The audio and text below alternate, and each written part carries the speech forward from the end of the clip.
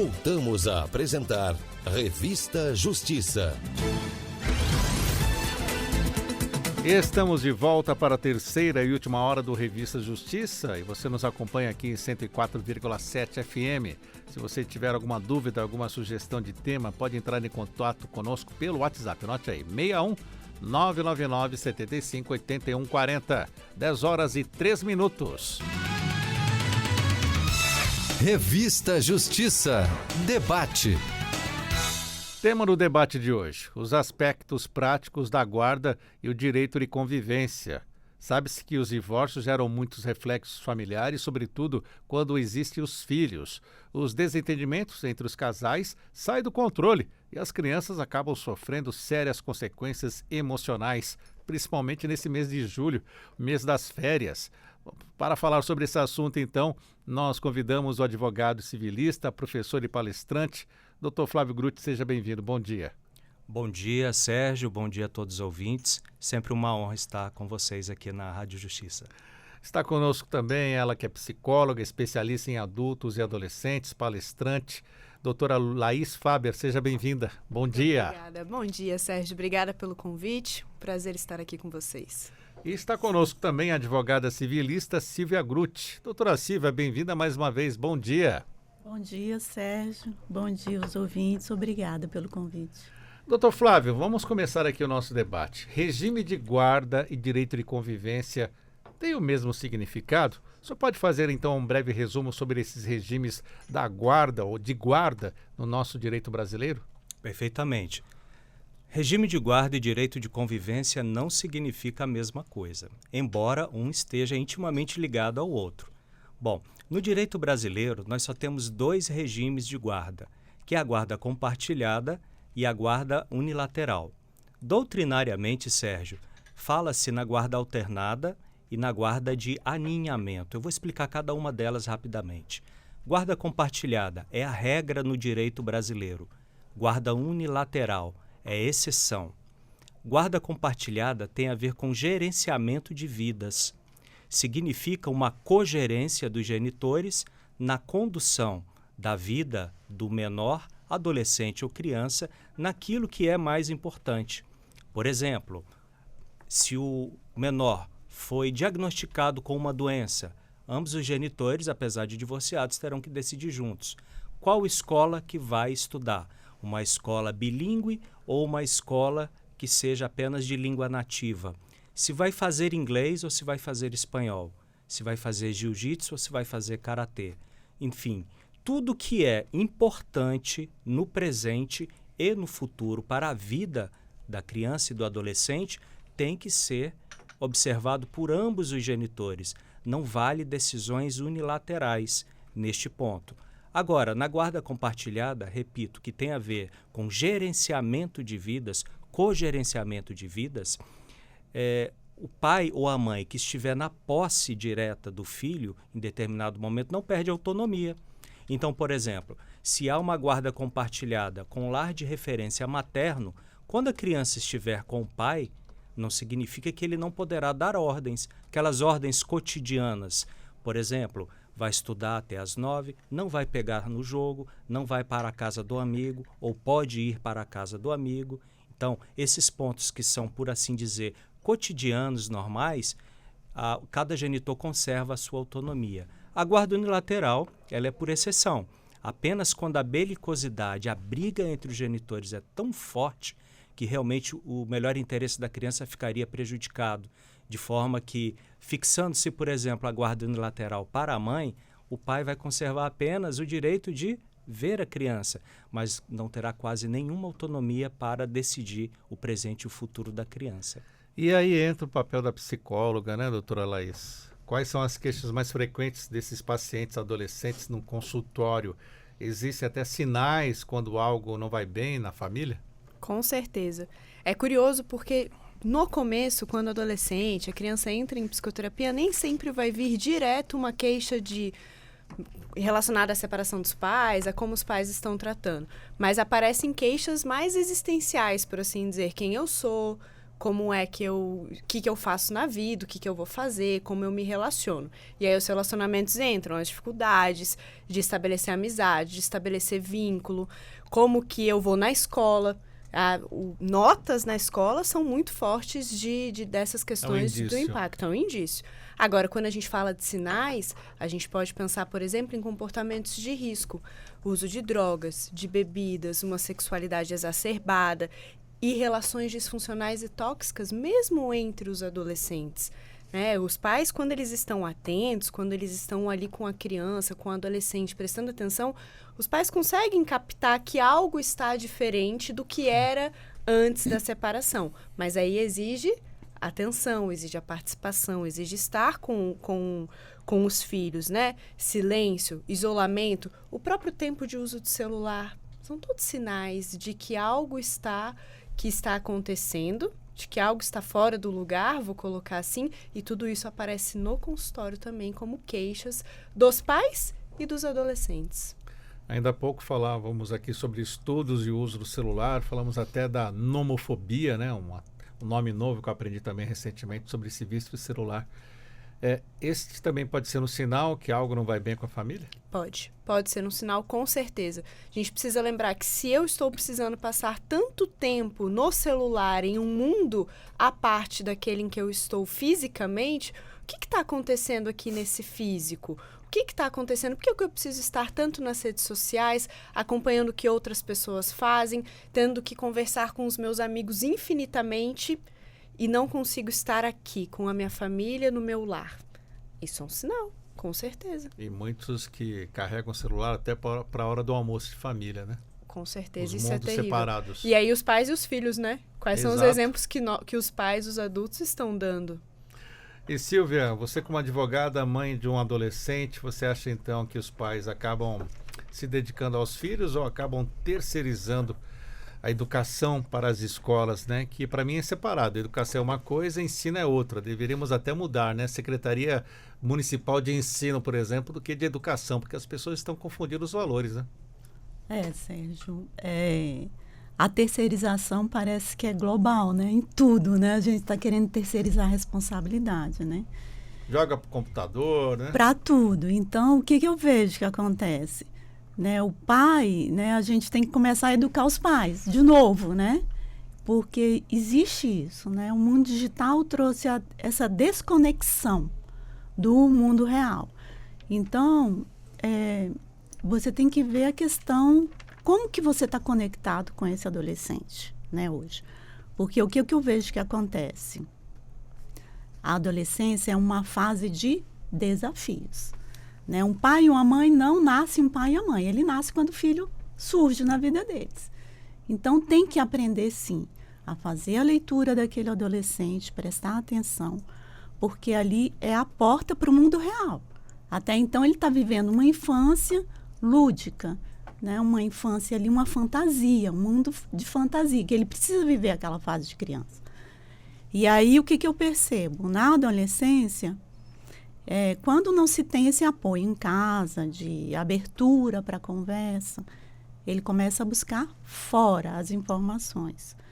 E o mundo lá fora, a gente sabe que está muito difícil. Muitas informações aí, distante do que é o ideal hoje, né? Então, vai para o mundo das drogas, informações erradas. E aí começa aquela rota desviada, que o pai tem a obrigação de colocar naquela rota de aprendizagem. Sim. Né? Aquela rota de virtude, de moral. Então, essa é a nossa obrigação hoje com o nosso adolescente. Dr. Flávio Grutti, estamos nesse mês de julho, mês de férias. Acredito que os advogados de família são muito acionados, né, por questões da guarda, de quem vai cuidar da criança. Como o judiciário tem fixado, então, o direito de convivência quando os pais não chegam a um acordo? Situação pouco ocorrida? Não, é frequente. O que acontece? Na primeira oportunidade que eu falei, eu descrevi os regimes de guarda. E o direito de convivência é como que você vai operacionalizar o convívio. Direito de convivência, antigamente se chamava direito de visitas. É a mesma coisa. Só houve uma mudança do nome. Então, nós temos regras, Sérgio, para estabelecer o mínimo possível para que o interesse da criança seja preservado. Então, como é a praxe no Poder Judiciário do direito de convivência? Bom, finais de semanas alternados com o pai, isso eu estou considerando a hipótese de ter uma guarda compartilhada e o lar de referência materno. Então, o juiz fixa finais de semanas alternados e pelo menos um contato semanal sem alternância. Para que isso? Porque a visita, a convivência, não é faculdade do pai e da mãe, é direito da criança e do adolescente. Então, há de se manter o duplo referencial do pai e da mãe, porque senão você tem um pai fantasma, um pai de final de semana, um pai esporádico, e a criança sente falta da figura paterna. Bom, outro ponto, feriados.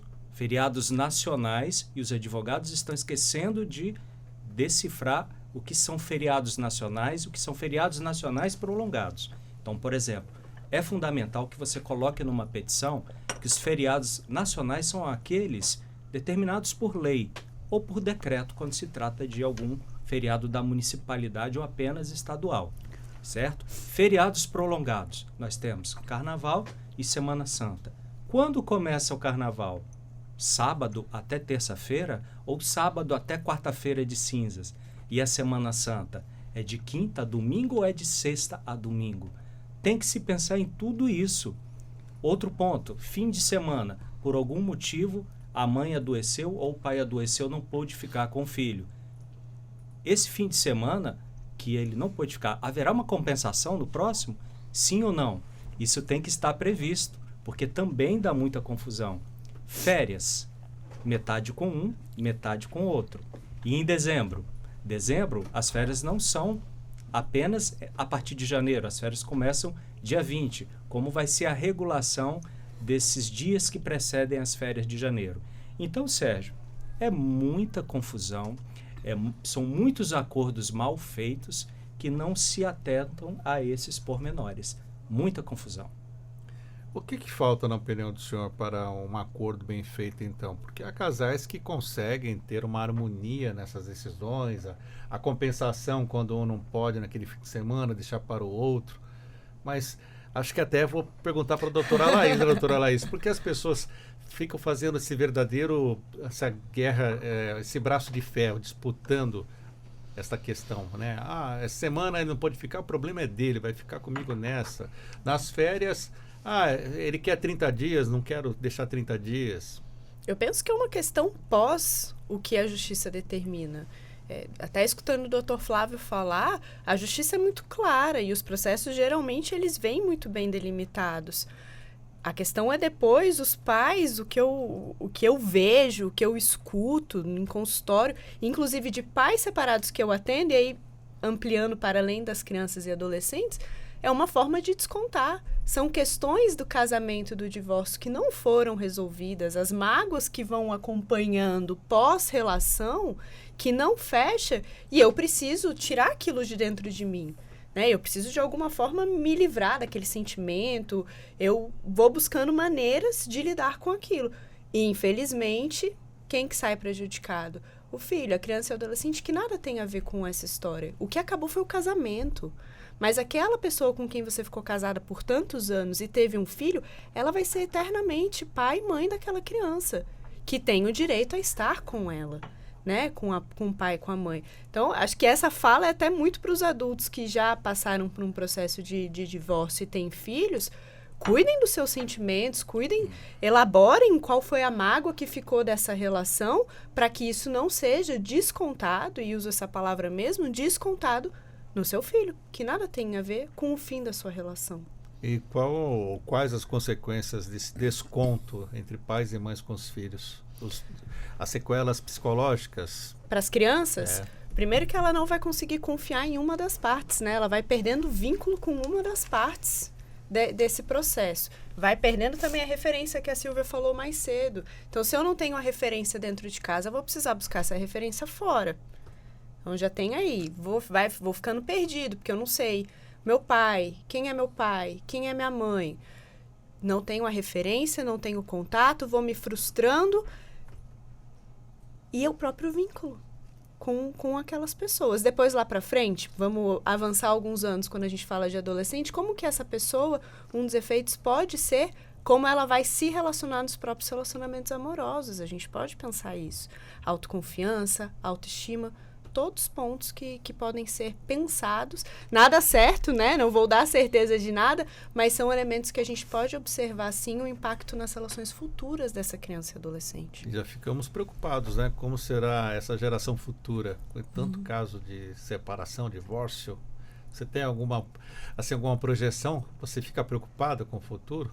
Eu fico muito preocupada, principalmente com a questão da falta do contato, gerando essa falta de referência. Tem um psicanalista brasileiro chamado Jorge Forbes, que ele usa o termo sujeito desbussolado. Como nós estamos sem bússola na nossa vida e nas nossas relações. E os jovens que estão vindo, eu tenho uma preocupação muito grande nesse sentido. Qual é a referência? Se eu não tenho meu pai e minha mãe como referência, quem que eu vou ter? E agora, claro, quando a separação e o divórcio é bem organizada, é bem estruturada, é bem caminhado por ele, e os adultos se cuidam, aí a gente pode ficar tranquilo. Mas os impactos são menores. Né? É 1%. Doutora Silvia, estamos falando dessa terceirização, dessa questão das crianças perderem as suas referências, e que vemos hoje são muitas crianças paradas à frente de uma tela, né? Tempo de jogo, celular. A senhora acredita que isso tem atrapalhado até nesse desenvolvimento das crianças e também dos adolescentes? Sérgio, de novo, né? A gente no jogo, né? É um tema aí que afeta muito, muito a aprendizagem. E a gente vê esse retrato nas escolas, né? Várias pesquisas aí mostrando, né? O rendimento escolar caiu muito, né? As crianças estão sem o criativo. Por quê? Tem tudo pronto. Né? Por que elas vão pensar? Então, voltem para o chão, sentem com seu filho, volte a brincar ali de xadrez, de bolinha de gude. Precisa desse contato, né? Eu digo que esse contato emocional, essa conexão, né, afetiva e efetiva. A gente não vê essa efetividade, né, dos pais com os filhos, né? Vai dizer assim, mas o pai tem que trabalhar. Sim, hoje em dia precisa, né? A carga de trabalho aumentou. A mãe saiu de casa para trabalhar, né? Então, as crianças ficam mais tempo, sim, com babá, ou com uma avó. Ou com o irmão mais velho. Mas quando chegar em casa, se desliguem do mundo lá fora e se conectem com seus filhos. Eles precisam disso. O pouco tempo tem que ser de qualidade. Então, não larga seu filho numa tela de computador, num celular, porque isso é desastroso. Lá na frente a conta vai chegar, e vai chegar para o pai e para a mãe também. Não é só para esse ser humano que a gente está colocando no mundo, não. Então, falta a afetividade hoje, que eu vejo. O mais importante é a afetividade. Doutor Flávio, voltamos aqui à área jurídica, né? Em um processo de divórcio, então, envolvendo essa guarda e a convivência. Como que os juízes tomam as decisões? Temos um embasamento técnico? Um pai ou uma mãe podem pleitear que cada um quer ficar com o filho, ter esta guarda dessa criança? Como a justiça acaba definindo isso? Quem é mais adequado para ficar?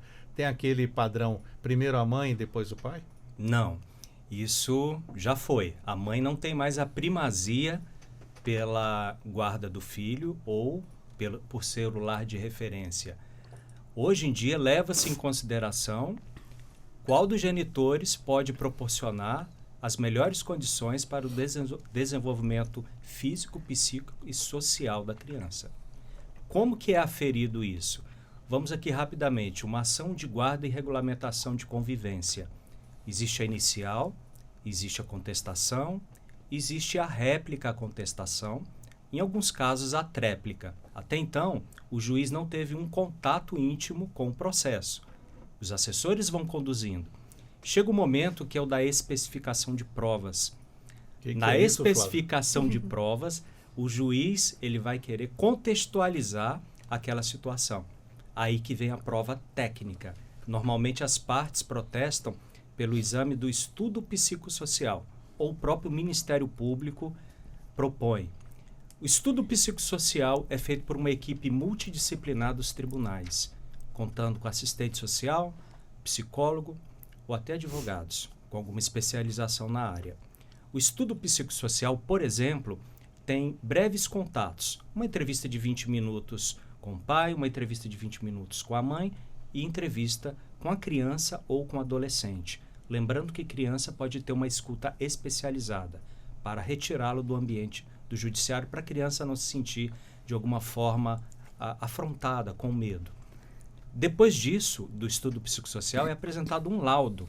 E nesse laudo, aquele especialista vai delinear o contexto familiar e, ao final, vai opinar sobre qual seria a melhor solução. Paralelamente ao estudo psicossocial, que não tem ônus para as partes, nós temos a perícia particular. Aí tem que pagar. Aí um perito particular. Sim. E esse laudo do perito particular, não que seja melhor do que o psicossocial, mas normalmente o perito particular, ele vai fazer mais entrevistas. Haverá um maior contato com as partes envolvidas e com a criança ou adolescente. Ambos os laudos são precedidos de quesitações, no qual as partes podem direcionar perguntas. Feito o laudo vai ser apresentado, as partes vão impugnar ou concordar. Aí o juiz vai enxergar o contexto familiar. E se o juiz achar que é necessário, ele vai marcar uma audiência de instrução e julgamento para ouvir as partes, para ouvir testemunhas. Se ele achar que a causa já está madura, ele vai proferir a sentença. Os estudos psicossociais feitos por peritos particulares, em regra, custam entre 3 e 6 mil reais, ao passo que o psicossocial ele não tem ônus. É assim que funciona. É assim que o juiz tem um embasamento técnico para decidir. Isso numa situação, além do litígio de bens, num litígio de guarda. Porque se os pais chegarem já com um acordo formado, não há esta obrigatoriedade de ter todos esses estudos. Sérgio, se os pais se conscientizarem que o fim da conjugalidade não significa o fim da paternidade e da maternidade, eles vão conseguir compor. Para isso, é importante que tenha advogado também com esse pensamento menos belicoso. O advogado tem que colocar em mente que quem faz a justiça em primeiro lugar somos nós, os advogados. Então, se compusermos, nós podemos colocar numa única petição o acordo do divórcio, o acordo da partilha de bens, o acordo de alimentos, guarda e convivência. Agora, se não houver, numa petição apenas, agora, se não houver consenso, houver dissenso, aí é uma ação para cada coisa. Temos 3 litígios: divórcio, compartilha, no outro alimentos e no outro regime de guarda e convivência. Um advogado belicoso quer dizer aquele que joga gasolina assim numa relação conflituosa? Põe em lenha na fogueira, que vai para a guerra. O advogado ele não pode ser um soldado e o cliente não pode ser o general. O advogado, se ele ficar numa situação de submissão à vontade do cliente, ele deixa de ser técnico. Não resolve a vida da família. Mas acredito que você já deve ter passado por situação que você foi com esse tom conciliador e o cliente pular fora. Não, não quero você, não. Várias vezes depois voltou. Doutor, o senhor estava certo. Nós já estamos brigando há 3, 4 anos e a família inteira está na terapia. Olha só o reflexo das consequências, doutora. Dos próprios profissionais. Interessante ouvir o doutor Flávio falando isso, porque se os profissionais, os advogados também não se cuidam, muitas vezes questões pessoais deles podem interferir no processo do cliente. Olha que complexo que vai ficando se nós não nos cuidamos enquanto sociedade. Porque ali ele está prestando um serviço técnico. Eu sempre falo que a justiça não resolve dor emocional. Emocional não é para resolver na justiça. Vai resolver no consultório de terapia, vai resolver com os amigos, com a família, mas não na justiça. E o que temos também, já que estamos falando dos filhos, doutor, é essa situação, né? Um filho de um casal separado. Os pais acabam terceirizando, como já falamos aqui, essa situação, e temos até filhos muito que vão crescendo sem limites. Quais os reflexos disso no futuro? Essa pessoa vai ter que aprender depois na sociedade, no emprego. Não colocar o limite desde pequeno é dizer para os seus filhos: você pode fazer tudo o que você quiser, mas depois ele vai entrar em relações que o parceiro vai falar: não, não pode. Vai para um trabalho que também não pode.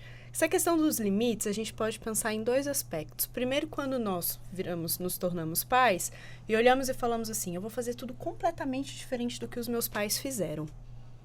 Isso a gente ouve demais e já fica preocupado, né? É um perigo, porque os meus pais... Vou dar tudo pro meu filho que eu não pude ganhar do meu pai. Exatamente. Eu estou acusando meu pai de que não foi bom o suficiente, de que tinha que ter sido melhor, sendo que ele fez o que ele dava conta nas condições dele, e quero fazer completamente diferente. E o outro aspecto é o de eu não saber lidar com a culpa e a tristeza de eu dizer não para os meus filhos, de eu colocar limites e frustrá-los. Porque quando a gente coloca limite numa criança e adolescente, a gente está frustrando, porque a gente está falando, você não pode fazer isso, você não vai fazer isso, não é assim que funciona. E é óbvio, nós adultos nos frustramos quando não podemos fazer o que queremos, imagina a criança e adolescente. E os pais não conseguem sustentar esse lugar de ser a pessoa que vai frustrar. Nesse momento, quando a gente cria filho, é para a vida inteira, pensando a longo prazo. E o dizer não para a criança, desde quando? Existe uma idade mínima ou logo que nasce? Porque a criança, logo que nasce, ela já nos manipula, né? Claro, eu sempre falo, criança e adolescente, e nós adultos também, nós testamos os limites. Isso é muito nítido em criança. Ela vai esticando a corda, eu gosto de falar esticando a corda para ver até onde você, pai, vai aceitar. Então, ela vai, vou mais um pouquinho. Exemplo, não, 10 horas tem que desligar a televisão, porque tem que fazer a tarefa de casa antes de ir para a escola. Tá, ela vai 10, pai, mais 5 minutos, 10 e 5, 10 e 10. E você deixando, ela tá esticando a corda. O bebê, todo mundo faz isso. Então, desde pequeno, claro que com o bebê, menos mais traquejo, né? Mais amorosidade, mais calma. Ele tá chegando no mundo, ele tá entendendo ainda. Mas desde 1 ano, 2 anos, não pode. Assim não, agora não. Desde o começo. E já que estamos falando de regras, doutora Silvia, esses conflitos existem, né, entre os pais quanto às regras impostas aos filhos, né? Como é que fica aquela situação do combinado não sai caro? A senhora pode falar um pouco sobre isso? Sérgio, na adolescência, esse combinado, às vezes, é uma batalha, sabia?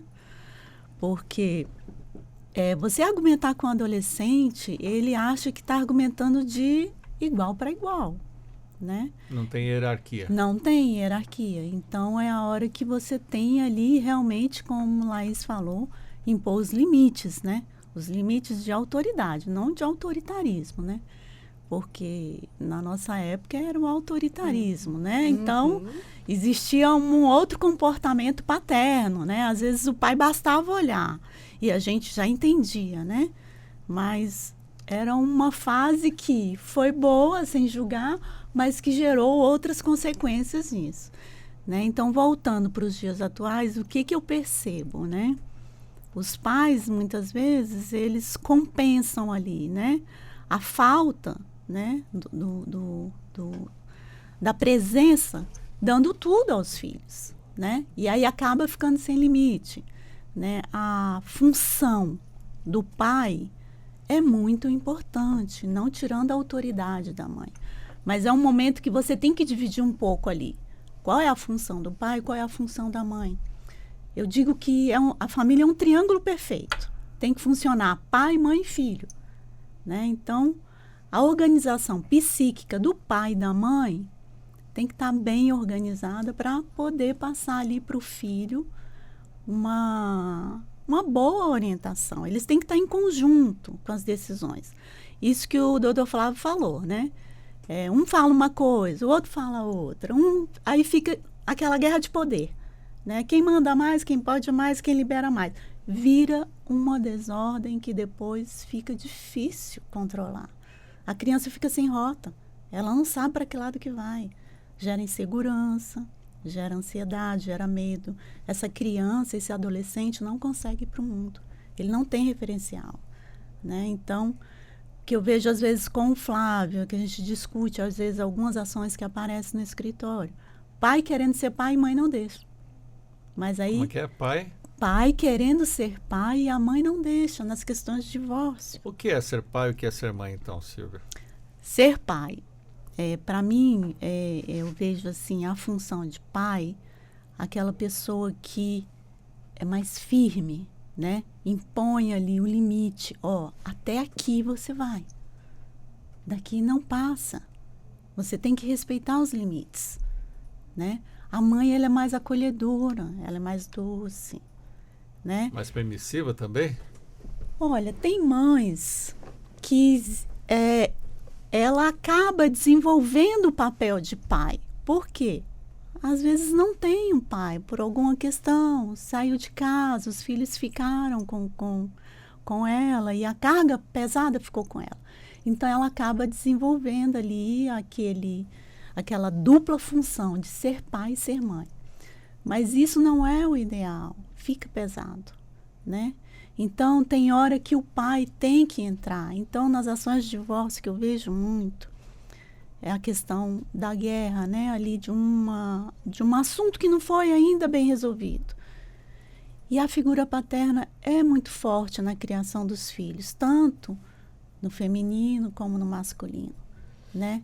É a imposição do limite. Até hoje existe isso, né? A gente não pode fechar os olhos. A figura do pai é forte na nossa vida, né? Se você for olhar para trás hoje e falar assim, você imaginar a figura do seu pai, você lembra que seu pai era a ordem, né? Porque a mãe tem aquele coração amoroso e muitas vezes a gente acaba cedendo, né? Então, outra coisa que eu vejo também hoje, né? Os pais, eles estão se atualizando, né? Os pais estão abraçando mais os filhos. Antigamente você não via pai abraçar filho, nem beijar filho. Eu tenho exemplo, né? Lá em casa. Então, hoje, os pais estão abraçando e beijando seus filhos, homens, sim. E isso faz parte dessa Falando mudança. eu te amo, né? Isso é importante. Isso é importante. Pois não, Flávio. Pois é, Sérgio, esse ponto é muito sensível. É interessante, porque eu vejo os pais querendo aumentar o tempo de convivência também com os filhos, introduzir mais pernoites, introduzir mais contatos semanais, aumentar o período de férias. É o pai querendo ser pai de participar, de fomentar os laços afetivos. E muitas vezes as mães não deixam. Olha só que interessante. As mães, ao invés de agradecerem que o pai quer participar, dizem não. Por quê? Não sei. De repente o filho está como instrumento de vingança. De repente há coisas mal resolvidas. E os pais, eles estão distantes. Por exemplo, eu vejo muito em escolas. O que acontece? As escolas estão observando que os filhos os adolescentes estão mais preocupados em ter uma inserção no meio social do que tirar boas notas. Aquela questão de pertencer a um grupo, de ser aceito num grupo. E nesse afã de serem aceitos, eles estão fazendo coisas que em situação normal não fariam. Então, por isso que eu digo, pai e mãe, sejam referências, não escondam o mundo. Mostrem o mundo como é. E aí as crianças e os adolescentes, se tiverem um campo aberto, saberão, qualquer problema, meu pai e a minha mãe estão aqui para me ajudar. É curioso também, porque hoje, por exemplo, se nós vamos fazer uma ação de alimentos ou uma revisional de alimentos, nós sempre pedimos ao pai e à mãe, conforme o polo que estiver, apresente a relação de gastos ordinários das crianças. Gastos ordinários comuns, não os excepcionais. Aí vem alimentação, vestuário, escola, etc., terapeuta. Hoje é um gasto ordinário comum. Se você tem uma família com 3 filhos, no mínimo 2, em qualquer idade, está no terapeuta. Isso não era assim antigamente. Os pais estão longe, os pais estão no mercado de trabalho, preocupados em ganhar dinheiro, e estão jogando para cima das escolas a função exclusiva de cuidar, de educar, de fazer aquele indivíduo se preparar para a fase adulta. A doutora Silvia falou, doutora Laís, sobre a questão da falta da imagem da figura do pai numa relação, no desenvolvimento dessa pessoa. E me veio à mente hoje o crescente número de produções independentes sem a figura de um pai. Quais os reflexos disso, então? Essas mães que querem essa produção independente deveriam pensar um pouco melhor no filho do futuro? Podem pensar. A gente pode tentar trazer outras referências dessa figura masculina, mas alguns estudos já dizem que não substitui completamente. Agora, a gente precisa lembrar que a questão da produção independente, ela ainda é nova. Recente, né? Da forma como, na larga escala em que ela está sendo feita, eu penso que ainda faltam estudos para a gente pensar e avaliar o real efeito que isso vai gerar na criança quando ela crescer. Mas faz falta. A figura paterna, ela faz falta. É necessário. Por mais que a gente não consiga captar concretamente, subjetivamente, ainda está ali algo que poderia ter existido, que poderia ter estado lá. Eu tenho alguns pacientes que falam, olha, eu não sei, mas às vezes eu fico pensando, se meu pai tivesse aqui, eu acho que, se meu pai tivesse participado, talvez esse ponto, eu não tivesse tanto essa questão. Uma paciente, recentemente, a gente foi trabalhando, eu falei, mas quem que você acha que tinha que ter te ensinado isso? Quem que você acha que tinha que ter te mostrado? E ela afirmou categoricamente, meu pai. E numa relação homoafetiva, então, com os filhos? Como fica essa situação também? Numa relação homoafetiva, a gente consegue encontrar um equilíbrio, como existem nas heteroafetivas, que vai compensar, que vai equilibrar e não vai ser tanta falta como a ausência completa dessa pessoa, dessa figura. Acaba sendo possível uma substituição? Sim. Em homoafetivas. Na psicologia entendemos que sim. Como a Laís falou aí, né, nas questões homoafetivas, né, é o que eu falei anteriormente, né, são as funções, né.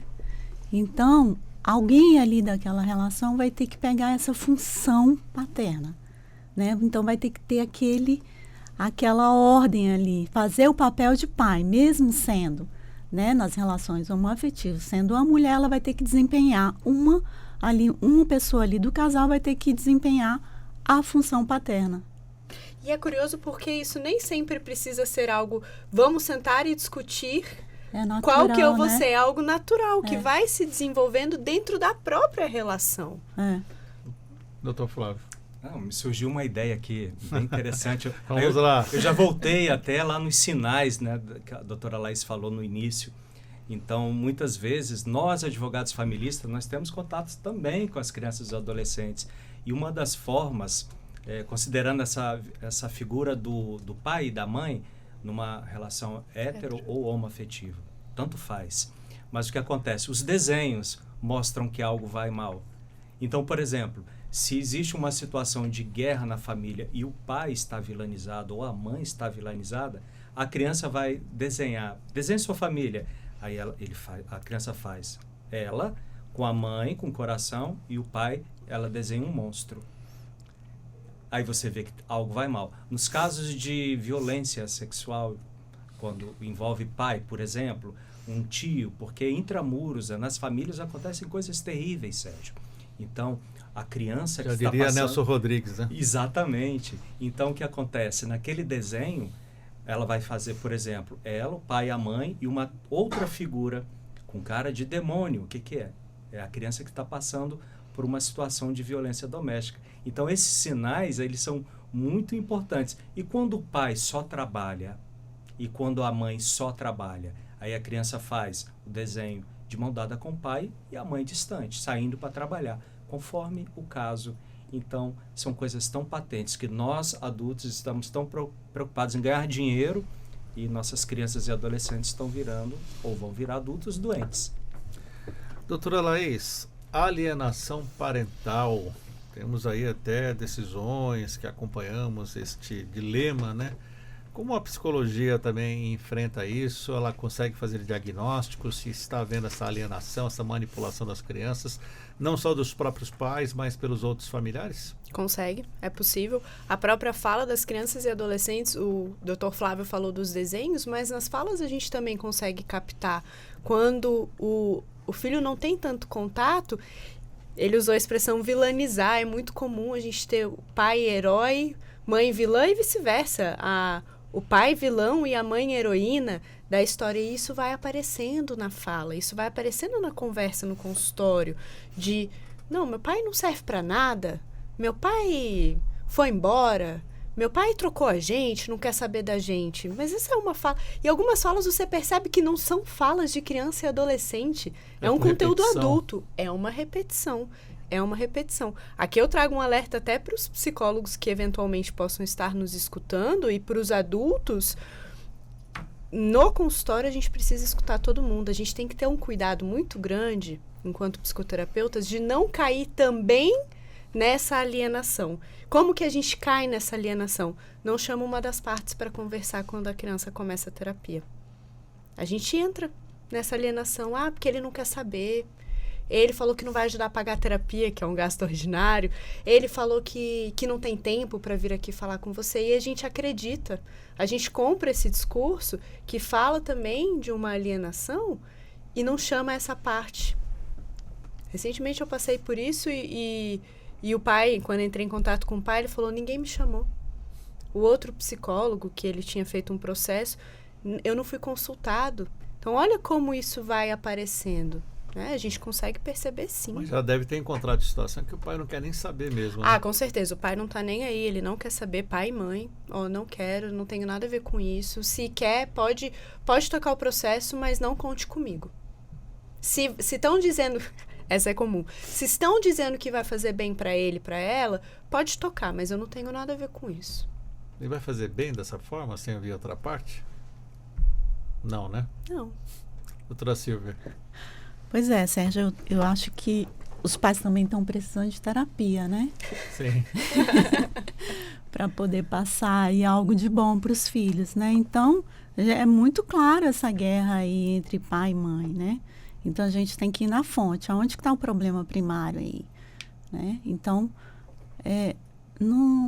eu diria assim para os pais, surgiu dificuldade ali em conversar.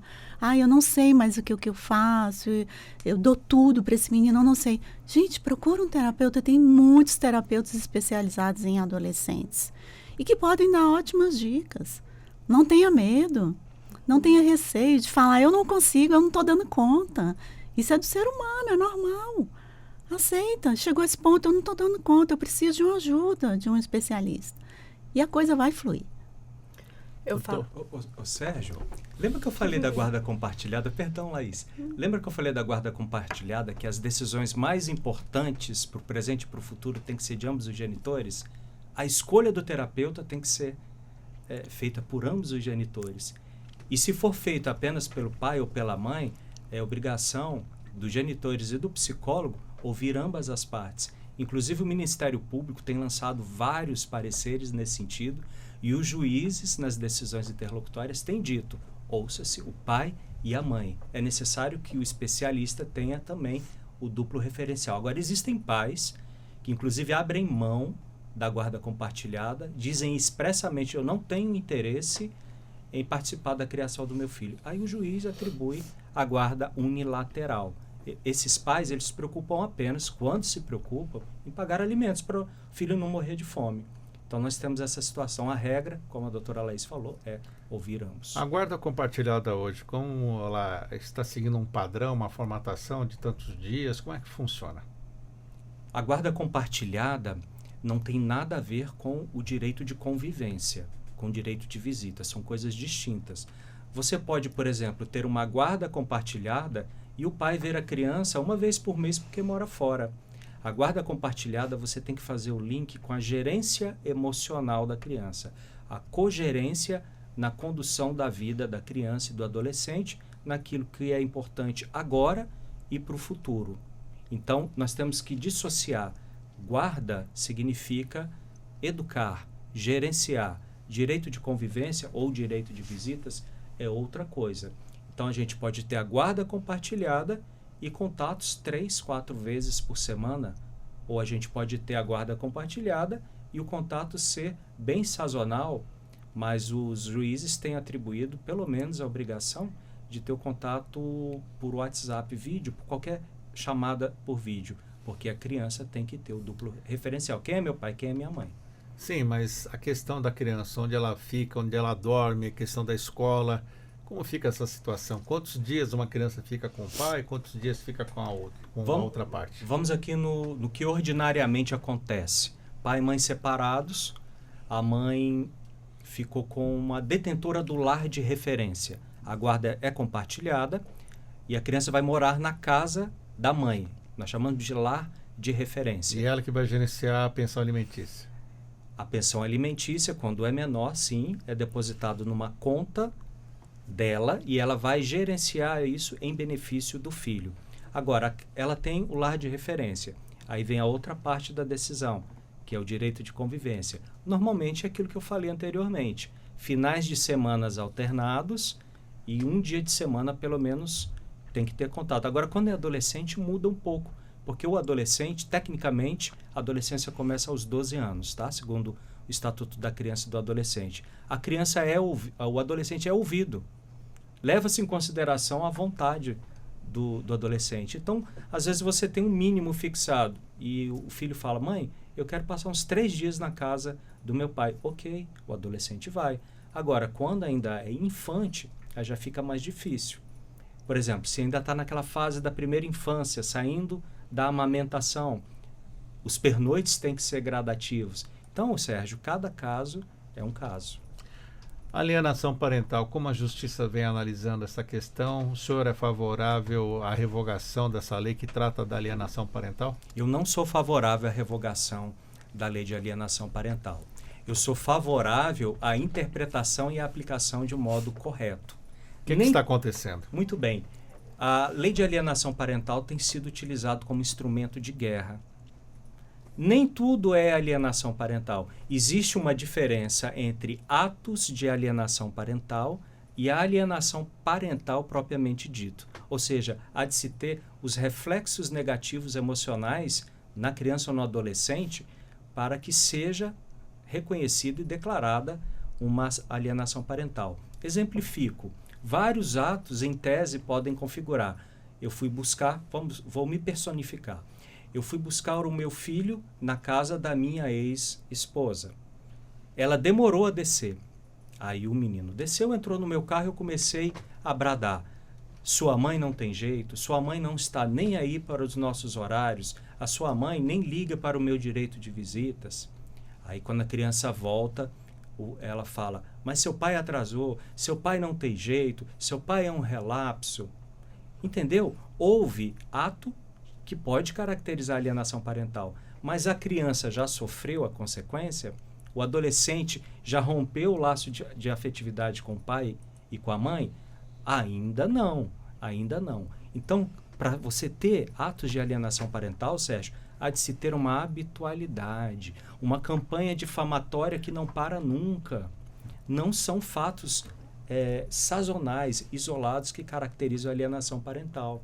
Portanto, eu acho que a lei é correta, eu acho que não deve ser revogada, mas eu acho que há de se ter uma aplicação correta. E aí, o que entra, os advogados especialistas têm que orientar. Quantas ações chegaram para mim? Doutor, ingressa com uma ação de alienação parental? O que está acontecendo? Aí me narra. Falei, não, isso não é alienação parental ainda. Ah, o senhor não quer ir para a batalha comigo. Não, não quero. Meses depois volta. Doutor, eu perdi, o senhor tinha razão. Pois é. E, doutora Laís, ainda falando sobre a alienação parental, que vemos os pais jogando os filhos, né, contra o outro. O que pode ser feito? Também teremos sequelas disso, consequências futuras nessa criança que vê essa guerra entre os pais? Teremos. Em termos de psicologia de consultório, a gente pode ir trabalhando com a criança e o adolescente. No meu caso específico, que eu não atendo crianças, né, mas trabalho com adolescente, a imagem da parte que está sendo prejudicada. Então, quem é essa pessoa? Mas de onde você escutou essa fala? Por que você está falando isso? Por que você está se referindo ao seu pai, à sua mãe dessa forma? O que aconteceu? São questionamentos que a gente pode levar o adolescente a ir refletindo e observando o que é que ele está vivendo de fato e o que ele está escutando, já ativando um filtro. Mas é um trabalho muito delicado, porque, veja, a gente está falando das duas autoridades da vida dele, das duas maiores referências da vida dele até então, pai e mãe. É um trabalho com muito, muito cuidado, muita cautela e que demanda tempo para a gente ir acionando o filtro dele mesmo. Como que essas falas vão chegar para ele? E eu gostaria que o senhor explicasse para o nosso ouvinte, então, para os pais que têm filhos, o que eles devem observar nesses filhos para procurar até uma ajuda psicológica, saber o que está acontecendo, sejam pais separados ou não. A gente pode pensar em agressividade, não querer ficar perto das partes dos pais, né? Um isolamento já é um sinal, se fechando mais no quarto, saindo mais de casa, se fechando mais nas telas de celular, de computador. A agressividade é alguma delas, então você não sabe o que fala, o que você está pensando, porque a gente escuta isso. Você não é mais meu pai, eu te odeio. E todas essas a gente já são sinais para a gente ir buscando e eles buscarem uma ajuda. Um não respeito aos limites que são colocados, às discussões que surgem em casa. Eu sempre falo, converse em casa. Quando chega do trabalho, ao invés de continuar resolvendo coisas do trabalho, querer se atualizar das notícias, senta, vai jantar com seus filhos, vai escutar. E quando conversa, eu coloco uma opinião, enquanto pai e mãe, a gente coloca uma opinião, a forma como vem a resposta do outro lado já é um sinal. Ah, você está desatualizado? Essa hoje em dia é a que mais acontece. Você não sabe o que fala, você está precisando se atualizar, está muito antiquado. Tudo isso vai trazendo como um sinal, vai guardando na sua bolsa e fala, olha, acho que agora está na hora. E evidente, ansiedade, que hoje é o que mais ataca os adolescentes. Pois é, doutora Silvia. Percepção, né? É a percepção, eu acho que é a palavra-chave aí, porque os filhos hoje me parece que são pombos correios, né? De guerras entre pais. E isso tem que terminar, né? Relacionamento de homem e mulher é um, relacionamento de filho, pai e mãe é para sempre. Enquanto você tiver vida, é para sempre. E esse relacionamento tem que andar como se fosse uma engrenagem de um carro. Tem que estar tudo em conjunto. Então, não pode esquecer isso. Separar ali os papéis dentro daquela família. O papel do pai, o papel da mãe, o papel do filho. O papel do casal é casal. As discussões ali relacionadas a homem e mulher têm que ser discutidas fora do relacionamento do filho. Filho não é máquina de guerra. Se você transformar seu filho em máquina de guerra, o futuro não vai ser saudável. Vimos aí diversos casos aí na mídia, na rede social. E isso vai continuar. Ainda tem aquela situação, né? Pai que desfaz a autoridade da mãe, mãe que desfaz a autoridade do pai, as consequências são terríveis. São terríveis. Terríveis na autoestima, na autoconfiança, vai gerando insegurança, porque, de novo, as duas maiores referências até então são o pai e a mãe. E elas estão se chocando entre si, uma sendo colocada contra a outra. Quem eu escuto? Para que lado eu vou? Lembra que a criança, adolescente, a gente vai criando histórias na nossa cabeça. Eu vou escolher uma das partes para me aproximar e ficar mais com ela. E toda a relação com o outro lado vai sendo prejudicado. Insegurança, autoestima, autoconfiança, ansiedade. Doutor Flávio? Laís, você me fez lembrar da chamada crise de lealdade. Isso tem acontecido muito. O que é isso? É um conceito novo que os psicólogos e os psicólogos jurídicos também estão utilizando. Imaginemos a seguinte situação que a Silvia abordou, a máquina de guerra. Então hoje, a criança, por exemplo, vira pombo-correio para o pai saber notícias da mãe e vice-versa. A criança, ela observa e vê qual é a parte mais fraca. Suponhamos que seja o feminino. A mãe é a parte mais fraca. Então, o que acontece? Pelo fato de a mãe ser a parte mais fraca, ela não vai se entregar completamente para o pai quando estiver com ele.